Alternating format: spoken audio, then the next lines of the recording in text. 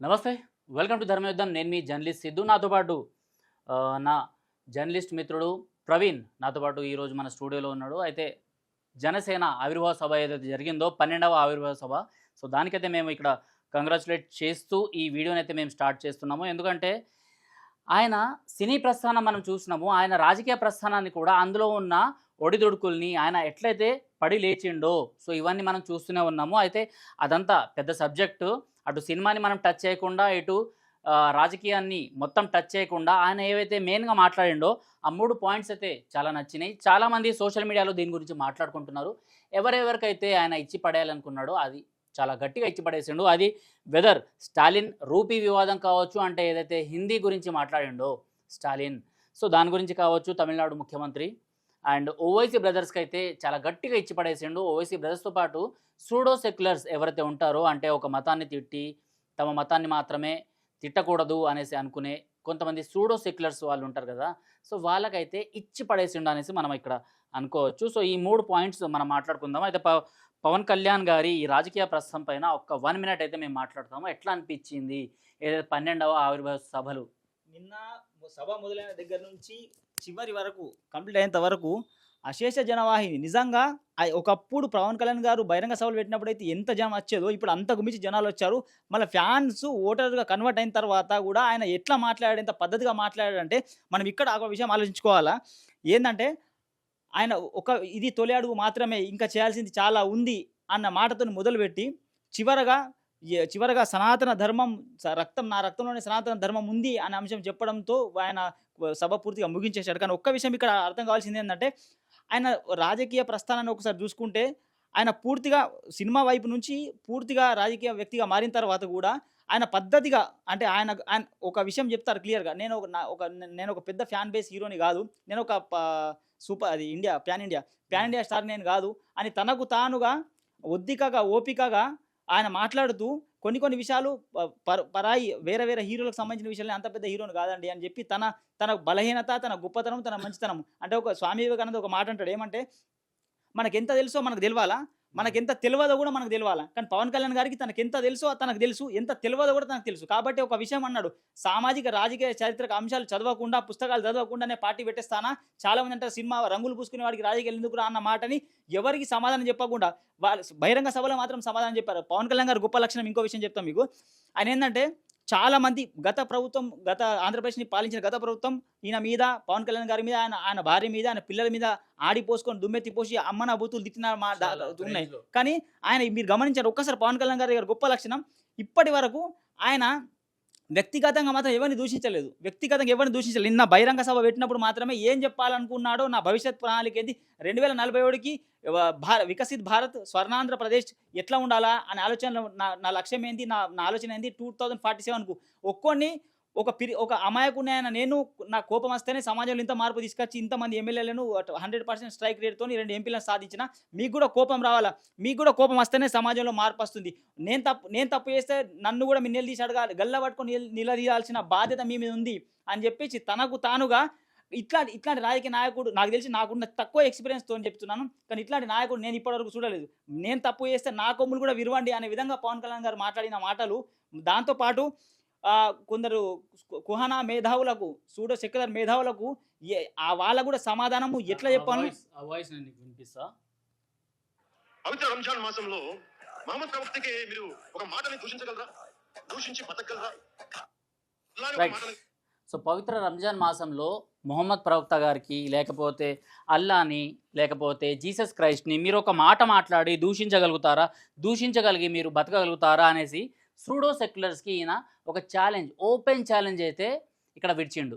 ఎందుకంటే pseudo seculars చాలామంది కేవలం హిందూ ధర్మం పైనే, హిందువుల దేవతలు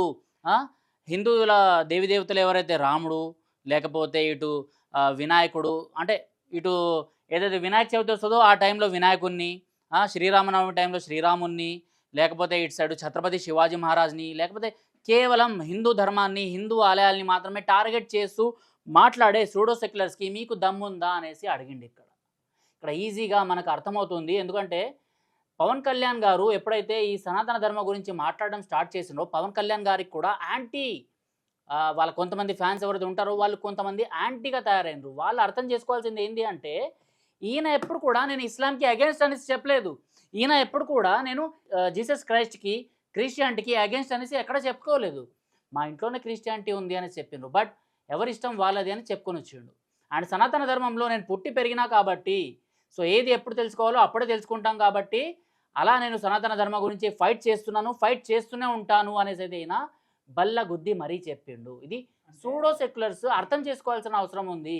ప్రతిదాన్ని రాజకీయం చేయాలి అనేసి కోణంలో వెళ్తూ కేవలం హిందూ ధర్మాన్ని టార్గెట్ చేస్తూ వెళ్తున్న ప్రతిసారి ఇలాంటి హీరోలు పుట్టుకొని వస్తూనే ఉంటారు. మామూలుగా పవన్ కళ్యాణ్ గారు చాలా తక్కువ మందికి, అంటే నేషనల్ లెవెల్లో చాలా తక్కువ మందికి తెలిసి ఉండే. బట్ ఇప్పుడు పవన్ కళ్యాణ్ ఒక సునామీ. హిందుత్వ గురించి, హిందూ ధర్మం గురించి మాట్లాడాల్సిన సమయంలో, కరెక్ట్ సమయంలో ఈయన వచ్చి ఒక యాక్టర్ మాట్లాడేసరికి మహారాష్ట్రలో బీజేపీ ఎలాంటి విజయకేతనం ఎగిరేసిందో మన అందరికి తెలుసు. భారతదేశ వ్యాప్తంగా సనాతన బోర్డు గురించి ఈరోజు మాట్లాడుకుంటున్నారు అంటే పవన్ కళ్యాణ్ గారికి ఆయనకు ఆ స్కోప్ ఇచ్చింది ఎవరు? సూడో సెక్యులర్స్ మీలాంటి వాళ్ళే. మీరు ఎంతైతే మొరుగుతారో, సో ఇలాంటి ఆన్సర్స్ ఇవ్వడానికి ఇలాంటి సూపర్ హీరోస్, ఇలాంటి పవర్ కలిగిన స్టార్స్ వస్తూనే ఉంటారు. అయితే ఒక్క విషయం, పవన్ కళ్యాణ్ గారు హిందూ ధర్మ రక్షకుడిగా బిల్డప్ ఇస్తున్నారు. Pawan Kalyan is changes is ideology left and right and centre అన్న వాళ్ళకు కూడా గట్టిగా సమాధానం చెప్పిండు. ఎందుకోసం అంటే నా బ్లడ్లోనే రక్తం ఉంది, నా రక్తంలోనే సనాతన ధర్మం ఉంది అని చెప్పిండు. మరి ఐడియాలజీ చేంజ్ ఎట్లా అయిపోతుంది? రకరకాలుగా వితండవాదాలు చేసి రకరకాల పూటకు ఒక మాట మార్చే వ్యక్తుల దృష్టిలో పెట్టుకొని ఆయన ఒక మాట మాట్లాడి. ఎందుకంటే ఒక ఆంగ్ల పత్రిక రాసిన విషయాన్ని కూడా ప్రస్తావిస్తూ, ఆంగ్ల పత్రిక ఎంజే అక్బర్ రాసినటువంటి ఎంజే అక్బర్ చేసిన దాన్ని కూడా వ్యాఖ్యల్ని కూడా ఇది చేసిండు. దాంతోపాటు ఈయన అక్బరే అనుకుంటా ఒక గతంలో బీజేపీని దూషించిన తర్వాత మళ్ళీ బీజేపీలోనే ఎంపీగా గెలిచిన వ్యక్తి గురించి కూడా పవన్ కళ్యాణ్ గారు మాట్లాడిండ్రు. అయితే ఇంకొక మాట అన్నారు. అయితే సిద్ధు గారు చెప్పినట్టు మహమ్మద్ ప్రవక్తని అండ్ దాంతోపాటు మన క్రైస్తవంలో సంబంధించి యేసుని కనుక దూషిస్తే ఏమన్నా మనం వ్యతిరేక వ్యాఖ్యలు చేసి, అన్ని మతాల వ్యతిరేక వ్యాఖ్యలు చేసి ఊరుకుంటారా? మరి అదేవిధంగా సనాతన ధర్మ నా రక్తంలో ఉంది అని చెప్పిండు. దాంతోపాటు తిరుపతిలో కల్తీ లడ్డుకు సంబంధించిన కలేబరాలు చేసిండు కదా, దానికి సంబంధించినప్పుడు నా నోరు లేవద్దా? ఎందుకు లేవద్దు? నేను సనాతన ధర్మ వీరుడిని, సనాతన ధర్మం నా లోపల ఉంది కాబట్టి మరి మనోభావాలు దెబ్బతింటే మేము మాట్లాడకూడదా, మేము వాయిస్ రేస్ చేయొద్దా అనేసి అయితే చాలా క్లియర్ గా మాట్లాడారు. ఎందుకంటే వేరే మతాల వైపు మాట్లాడితే వేరే రకంగా ఆన్సర్ ఉండేది, వాళ్ళు చావడము లేకపోతే ఇంకేదో అవ్వడము ఇలాంటివన్నీ జరుగుతాయి. బట్ మా హిందూ ధర్మం జోలికి వచ్చి మా హిందూ దేవుళ్ళను తిడితే మా మనోభావాలు దెబ్బతినవా, మేం మాట్లాడితే మీరెందుకు ఏడుస్తున్నారు అనేసి అయితే అన్నాడు. దాంతోపాటు గోద్రా అల్లలు జరిగినప్పుడు కూడా ఖచ్చితంగా లేవనెత్తాలి, తప్పు అని ఎత్తి చూపించాల్సింది, ఖచ్చితంగా మనం ఖండించాల్సిందే అన్న మాట కూడా చెప్పిండు. మరి నిజమే కదా, మహమ్మద్ ప్రవక్తకు వ్యతిరేకంగా మాట్లాడినప్పుడు నోరు లేస్తాయి, క్రిస్టియన్కు వ్యతిరేకంగా మాట్లాడి నోరు లేస్తాయి. అట్లాంటప్పుడు సనాతన ధర్మంకు అవమానం జరుగుతున్నది. మన చిలుకూరులో ఆ రంగరాజన్ గారి మీద దాడి జరిగింది, తిరుపతిలో లడ్డు తయారీలో ఎంత అపవిత్రం జరిగింది. నాకు తెలిసి ఆ వెంకటేశ్వర స్వామి ఎంత క్షోభపడుతున్నాడు కావచ్చు, ఎంత బాధపడుతున్నాడు, లోపల ఎంత మదనపడి ఎంత ఏడుస్తున్నాడు కావచ్చు. నిజంగా చాలా బాధ అనిపిస్తుంది. ఈ విషయాలు మనం ఒక జర్నలిస్ట్గా మీకు తెలియపడమే కాదు, ఒక హిందూగా మాకు కూడా ఒక బాధ్యత ఉంటుంది. నిజంగా లోపల ఎంత క్షోభ అనుభవిస్తుండొచ్చు వెంకటేశ్వర స్వామి. వెంకటేశ్వర క్షమించు తండ్రి. ఇంకోటి, పవన్ కళ్యాణ్ గారిని ఉద్దేశించి చాలామంది సోషల్ మీడియాలో పవన్ కళ్యాణ్ ఇంతకుముందు లెఫ్ట్ ఐడియాలజీ సైడ్ ఉండే, దాని తర్వాత రైట్ ఐడియాలజీ సైడ్ వెళ్ళిండు, అసలు ఈయన ఒక్క దానిపైన ఉండడు అనేసి మీరు ఏదైతే పోస్టులు పెడుతున్నారు కదా, వాళ్ళకి నేను ఒక చిన్న ఆన్సర్ ఇవ్వాలనుకుంటా. పోకిరి సినిమా చూసాను కదా, మహేష్ బాబు స్టార్టింగ్లో విలన్ సైడ్ ఉన్నట్టు, విలన్ గ్యాంగ్లో వర్క్ చేసినట్టు చేసి దాని తర్వాత పోలీస్గా ఆయన ఎప్పుడైతే లాస్ట్లో ఎంట్రీ ఇస్తాడో, అలా పవన్ కళ్యాణ్ గారు మీ లోపల ఉంటూ మీ ఐడియాలజీని మొత్తం తెలుసుకుంటూ, అరే లెఫ్ట్ ఐడియాలజీని కూడా ఎవరు తప్పు పట్టరు, కాకపోతే ఇప్పుడున్న లెఫ్ట్ ఐడియాలజీలో ఏం చేస్తున్నారు అంటే భారతదేశంలో జమ్మూ కాశ్మీర్ ఏదైతే ఉందో అది పాకిస్తాన్కి ఇవ్వడమో, లేకపోతే దాన్ని స్వయం ప్రతిపత్తిగా ఒక దేశంగా ఇవ్వడమో, లేకపోతే ఇటు ఈశాన్య రాష్ట్రాలు ఏవైతే ఉన్నాయో ఆ ఈశాన్య రాష్ట్రాలని తెంపేసి చికెన్ నెక్ నుంచి కట్ చేసి సెపరేట్ దేశాలు చేసేయాలనేసి, కేరళని సెపరేట్గా దాన్ని ఒక ఇస్లామిక్ దేశము లేకపోతే దాన్ని ఒక కరడు కట్టిన ఈ కమ్యూనిస్ట్ దేశంగాను ప్రకటించేయాలి అనేసి భారతదేశంలోనే ఉన్న మన తెలంగాణలోనే హైదరాబాద్ సంస్థానం సెపరేట్ దేశము అనేసి లెఫ్ట్ వాదనలు వినిపిస్తుంటారు. అంటే భారతదేశం ఈ హైదరాబాద్ని తీసేసుకుంది, ఇది ఒక సెపరేట్ దేశం అనేసి వాదించే వాళ్ళు ఉన్నారు లెఫ్ట్లో ఇప్పుడు. సో ఇలాంటి వాళ్ళందరినీ తెలుసుకొని ఆఖరికి సనాతన ధర్మమే కరెక్టు, దీని గురించి మాట్లాడే వాళ్ళు ఎవరు లేరు అనేసి పవన్ కళ్యాణ్ గారు రావడం జరిగింది. ఆయన ఒక పవర్ స్టార్, ఆయన గట్టిగా మాట్లాడిండు కాబట్టి ఈరోజు మీ అందరి నోరులు అన్నవి మూసేస్తున్నారు. అండ్ ఇక్కడ మనం ఇంకోటి తీసుకోవచ్చు, ఇక్కడ ఏదైతే రూపీ గురించి కూడా ఈయన మాట్లాడిండు. ఎవరు? స్టాలిన్. హిందీ వద్దు, మాకు తమిళమే ముద్దు అనేసి ఆయన ఒక కొత్తగా ఇంకొక ఈ రాజకీయాల్లో వీళ్ళు కొత్త కొత్త పావులు నేర్చుకుంటుంటారు కదా, సో అలానే హిందీ వద్దంట, తమిళమే ముద్దంట. కాకపోతే ఉర్దూ ఇంపోజ్మెంట్ ఏదైతే ఉందో దానికి అగెన్స్ట్గా వీళ్ళు మాట్లాడరు. కేవలం హిందీని మాత్రమే వీళ్ళు అగెన్స్ట్గా ఉండాలి, హిందీ మాత్రమే కనిపించకూడదు అనేసి హిందీ బోర్డులు ఎక్కడెక్కడ ఉన్నాయో వాటిని అన్నింటినీ తుడిపించేయడము. ఇంగ్లీష్ బోర్డులు కనిపించినా వీళ్ళకి ప్రాబ్లం లేదు, ఇంగ్లీష్ ఇంటర్నేషనల్ భాష, మేము దాన్ని హక్కున చేర్చుకుంటాం, కానీ ఇక్కడ హిందీ ఏదైతే ఉందో హిందీ మాత్రం మాకు కనిపించద్దు అనేసి ప్రకాష్ రాజ్, స్టాలిన్ అండ్ ఈ విజయ్, యాక్టర్ విజయ్, కమల్ హాసన్, వీళ్ళందరూ యాక్ట్ చేసేది హిందీ సినిమాల్లో. అండ్ వీళ్ళ సినిమాలన్నీ డబ్ రీమేక్ అయ్యేవి కూడా హిందీలోనే. అలాంటి డబ్బులు మీరు తీసుకుంటున్నారు అనేసి పవన్ కళ్యాణ్ గారు ఇక్కడ ఈయన్ని కూడా కడిగి పాడేసిండు. నేను ఒక మాట చెప్తా, రూపీ అనేసి ఈ సింబల్ ఏదైతే కనిపిస్తుందో, సో మనము డాలర్ సింబల్ ఏదైతే చూస్తామో ఎస్ పైన 2 గీతలు, ఇలాంటి గీతలు కనిపిస్తాయి కదా, 2 నిలువు గీతలు, అది డాలర్ సింబల్.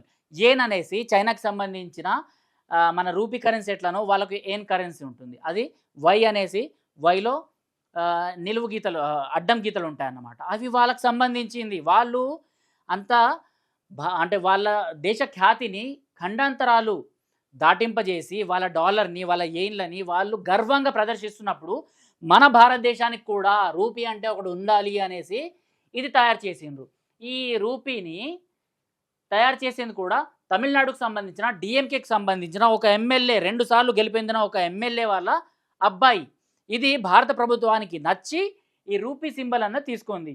బట్ ఈయన ఏమంటున్నాడు, అక్కడి గవర్నమెంట్స్ అధికారులు ఎవరైతే ఉన్నారో వాళ్ళు ఈ రూపీ సింబల్ యూజ్ చేయకుండా తమిళ్ సింబల్ని యూజ్ చేయాలి, తమిళ్లో రూపీ అనేసి రాయాలి అంటున్నాడు. నువ్వు తమిళ్లో పలికినా, హిందీలో పలికినా, తెలుగులో పలికినా, భారతదేశంలోని ఏ భాషలో పలికినా దానికి మీనింగ్ ఏంటంటే రూపీయే ఉంటుంది. రూపీ మాత్రమే మనం మాట్లాడుతున్నాము, ఆ రూపీని నువ్వు ఏ పేర్లను రాసుకో అనేసి ఆయనకి ఈజీగా ఇక్కడ మనకు అర్థమవుతుంది. కానీ ఈయనకు మాత్రం అర్థం కావట్లేదు. మళ్ళీ ఈయన ఒక ముఖ్యమంత్రి, తమిళ్ పైన ఎవరికి ఇక్కడ కోపం లేదు, తమిళ సంస్కృతి, సంస్కృతం వీటన్నిటిపైన ఎవరికి కోపాలు లేవు. కాకపోతే ఈ తమిళనాడుకు సంబంధించిన కొంతమంది ద్రవిడ నాడు కావాలి, లేకపోతే ద్రవిడ సిద్ధాంతం కావాలి, పెరియార్ ఏవైతే మాట్లాడిండో దాని ప్రకారమే మేము వెళ్ళాలి అనేసి మాట్లాడుతున్నారో వాళ్ళైతే ఇక్కడ హిందీని అపోజ్ చేస్తున్నారు. అండ్ ఎవరైతే అపోజ్ చేస్తున్నారో వాళ్ళకు కూడా సరిగ్గా తెలియదు. హిందీ లేకపోతే వీళ్ళు గవర్నమెంట్ జాబ్స్ కొడితే బయట భారతదేశంలో వివిధ ప్రాంతాలకు వెళ్ళినప్పుడు వీళ్ళ మనుగడ కష్టమవుతుంది అనేసి వీళ్ళు అర్థం చేసుకోవట్లేదు. అలాంటి స్టాలిన్కి జనసేన ఆవిర్భావ సభ నుంచి జనసేనాని గట్టి కౌంటర్ ఇచ్చిండు. జనసేన పోస్టర్ కనుక చూసుకుంటే, లేకపోతే ఏదైతే ఆవిర్భావ సభ ఏదైతే ఉందో దాంట్లో తెలుగు, హిందీ, తెలుగు ఇంగ్లీష్తో పాటు హిందీలో కూడా ఆయన రాసి జనసేన అనేసి అక్కడ రాయించుకొని మరీ ఆన్సర్ ఇచ్చిండు. స్టాలిన్ ఇలాంటి దద్దమ్మలు ఉంటారు అనేసి అయితే ఆయన ఆన్సర్ ఇచ్చిండు. అండ్ బేసిక్గా ఒక విషయం ఆలోచించండి మీరు, దేశంలో ప్రపంచంలో ఎక్కడైనా మనకు ఒక దగ్గర తెలుగు వస్తే వాళ్ళకి తెలుగు రాదు, మనకి ఇంగ్లీష్ వస్తే వాళ్ళకి ఇంగ్లీష్ ఇంకొక లాంగ్వేజ్ వస్తుంది. కానీ అన్ని దేశాల్లో తిరుగుతూ మాట్లాడే ఏకైక భాష ఉంది అంటే మన రాష్ట్ర భాష, మన జాతీయ భాష హిందీకి మనం చదువుకున్నాం, చిన్నప్పుడే చదువుకున్నాం. हिंदी की लिपि देवनागरी है, देवनागरी लिपि की यह विशेषता होती है कि जो लिखा जाता है वही पढ़ा जाता है. మరి అట్లాంటి హిందీని అసలు హిందీని అవమానిస్తే, రాష్ట్ర భాషను అవమానిస్తే నిజంగా కన్నతల్లిని అవమానించినట్టే. దేశంలో ఎక్కడికి వెళ్ళినా మనం ఏం రాకపోయినా పర్లేదు, ఒక హిందీ నేర్చుకుంటే మాత్రం ఎక్కడైనా బతకగలుగుతాం. మరి ఆ హిందీకి ఉన్న గొప్పదనం అది. అట్లాంటి హిందీ అవమానించడం అంటే కన్నతల్లిని అవమానించినట్టే నా ఉద్దేశంలో అయితే. రైట్. ఇక్కడ ఇంకోటి, ఈ సూడో సెక్యులర్స్ ఆన్సర్ తర్వాత ఈ స్టాలిన్ రూపీ తర్వాత ఓవైసీ బ్రదర్స్కి అయితే చాలా గట్టిగానే ఆన్సర్ ఇచ్చిండ్రు. సో ఓవైసీ బ్రదర్స్ ఇంతకుముందు మనకు తెలుసు ఎలాంటి హేట్ స్పీచ్లు వీళ్ళు ఇచ్చిండ్రు అనేసి. సో అలాంటి హేట్ స్పీచ్లకి ఆన్సర్ ఇస్తూ హైదరాబాద్లో ఒక నాయకుడు ఉన్నాడు, తాను 15 నిమిషాల్లో హిందువుల్ని చంపేస్తాననేసి మాట్లాడిండు అనేసి ఈ చిన్న ఓవైసీ ఎవరైతే అక్బరుద్దీన్ ఓవైసీ ఫోటో కనిపిస్తుందో ఒకసారి దర్శనం చెప్పి వాళ్ళకి. ఈ అక్బరుద్దీన్ ఓవైసీ అసలు వచ్చేసి, సో అక్బరుద్దీన్ ఓవైసీని ఉద్దేశిస్తూ, ఈ పెద్ద ఓవైసీని ఉద్దేశిస్తూ ఈయన మాట్లాడడం జరిగింది. వీళ్ళు ఎలాంటి వ్యాఖ్యలు చేసిండ్రో మనందరికీ తెలిసిందే. మన తెలంగాణ రాష్ట్రంలోని నిర్మల్ అనే ఏదైతే పట్టణం ఉందో ఆ పట్టణంలో 15 నిమిషాల్లో హిందువుల్ని మొత్తం అంటే పోలీసులు పక్కకు తప్పుకుంటే 15 నిమిషాల్లో మొత్తం హిందువుల్ని అంతం చేసి చూపిస్తాము, దానికోసం మేము వెయిట్ చేస్తున్నాము అనేసి ఓపెన్గా ఛాలెంజ్ చేసిండు. ఓపెన్గా ఛాలెంజ్ చేసి దాని తర్వాత అడ్వకేట్ కరుణ్ సాగర్, ఆయన బృందము అండ్ కొంతమంది బీజేపీ నాయకులు ఈయన పైన కేసులు నమోదు చేస్తే ఆ తర్వాత ముప్పు తిప్పలు పెడితే ఈయన పోలీస్ స్టేషన్లకు అటు ఇటు తిరగలేక ఆ తర్వాత ఎవరినో మభ్యపెట్టి ఏదో చేసి ఆ వాయిస్ నాది కాదు అనేసి చెప్పుకొచ్చిండు. అల్లా మీద నిజమైన భక్తి శ్రద్ధలు ఉంటే ఈయన అల్లా మీద ఒట్టేసి ఈ మాట అనుమానాలి. ఎందుకంటే మాట్లాడింది ఆయనే, ఆయన వాయిసే. ఇప్పటికీ ఏదైతే అక్బరుద్దీన్ ఓవైసీ స్టేట్మెంట్ ఇచ్చిండో 15 నిమిషాల్లో హిందువుల్ని అంతం చేస్తాము అనేసి, అలాంటి వాయిస్ని వినిపించడానికి నాందేడ్కి సంబంధించిన కొంతమంది నాయకులు, ఎంఐఎం నాయకులు, లేకపోతే వేరే వేరే రాష్ట్రాల్లోని ఎంఐఎం నాయకులు 15 మినిట్గా ఛాలెంజ్ దేదేంగే హిందూ ఇంకో అనేసి వాళ్ళు ఇప్పటికీ ఈ మత కలహాలు సృష్టించడానికి వాళ్ళు పన్నాగాలు చేస్తుంటారు అనమాట. వాళ్ళ స్టేజ్ షోల్లో మాకు అక్బరుద్దీన్ ఓవైసీ మాకు ఆరాధ్యము, అలాంటి ఆయనే 15 నిమిషాలు ఛాలెంజ్ విడిచిపెట్టిండు, 15 నిమిషాల టైం అయిపోయింది కదా అనేసి ఈ పెద్ద ఓవైసీ ఈయనకైనా కొంచెం దిమాకు ఉండాలి. ఇలాంటివి వీళ్ళు మాట్లాడుతుంటారు. వీళ్ళని గెలిపించుకుంది మళ్ళీ ఇక్కడ ఉన్న కొంతమంది హిందువులు, ఎంఐఎంకి ఓట్లు వేసేటోళ్ళు. మీరు ఎవరికి ఓట్లు వేస్తున్నారు, ఎవరికి వీళ్ళు సపోర్ట్ చేస్తున్నారు అన్నది అర్థం చేసుకుంటే ఇదంతా ఉండదు. అయితే ఇదే పవన్ కళ్యాణ్ గారు వీళ్ళిద్దరి గురించి మాట్లాడుతూ ఏదైతే వ్యాఖ్యలు చేసిండ్రో అందులో ఏంటంటే, ఈ పెద్ద వయసు ఎవరైతే ఉన్నారో లాస్ట్ టైము బతుకమ్మ బతుకమ్మ బతుకమ్మ అనుకుంటూ ఏదైతే మన సాంప్రదాయం ఉందో బతుకమ్మ సాంప్రదాయము దాన్ని చాలా అవహేళన చేసిండు. ఇలాంటి వాళ్ళు ఉన్నారు ఓవైసీలు అనేసి చెప్పుకొని వచ్చిండు.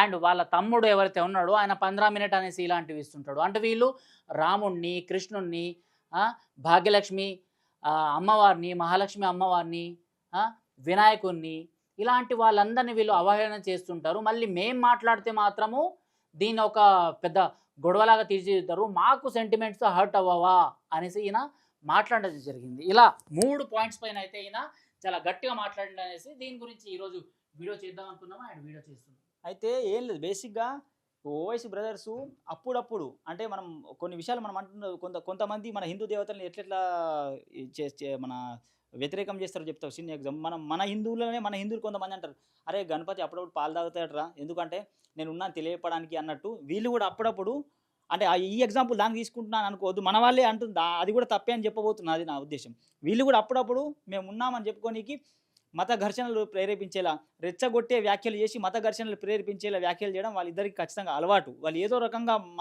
మా దగ్గర వకీల్ సాబ్లు, లాయర్లు ఉన్నారు కాబట్టి మమ్మల్ని తీసుకొని వస్తారు, మేము ఎప్పటికప్పుడు రెచ్చగొట్టే వ్యాఖ్యలు చేస్తుంటేనే మా ముస్లిం సంఘాలని ఉత్తేజితమై ఉంటాయి, హిందువుల మీద ఎప్పుడు ద్వేషం జిమ్మడం విషం కక్కడమే మా ఉద్దేశం అన్న ఉద్దేశంతోనే వాళ్ళు అప్పుడప్పుడు మీరు బహిరంగ సభలు చాలా వీడియోస్ ఉన్నాయి, దీని కింద లింక్స్ కూడా పెడతాం, మీరు చూడండి.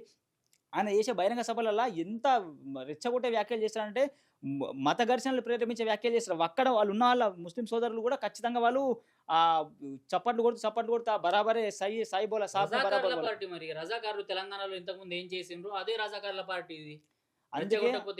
అందుకే పవన్ కళ్యాణ్ గారు అక్కడి అదే బహిరంగ సభలో అదే స్టేజ్ మీద నుంచే ఖచ్చితంగా వాళ్ళకు చెంపపెట్టుగా అటు స్టాలిన్కు కానీ ఇటు ఓవైసీ బ్రదర్స్ కానీ సమాధానం చెప్పడం జరిగింది.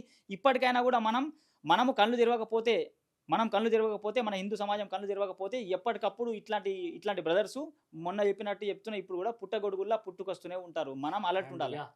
అండ్ ఈ వీడియో ద్వారా నేను వీళ్ళకు కూడా థ్యాంక్స్ చెప్పాలనుకుంటున్నా. ఎందుకంటే వీళ్ళు ఇలాంటి మురగడాలు బంద్ చేసేస్తే హిందువులు అన్న వాళ్ళు ఏకంగా అయ్యేవాళ్ళు కాదు. ఈరోజు పవన్ కళ్యాణ్ గారు మాట్లాడుతున్నారు, హిందువుల పక్షాన్ని నిలబడుతున్నారు అంటే హిందువులకు ఒక వాయిస్ లేదు అనేసి.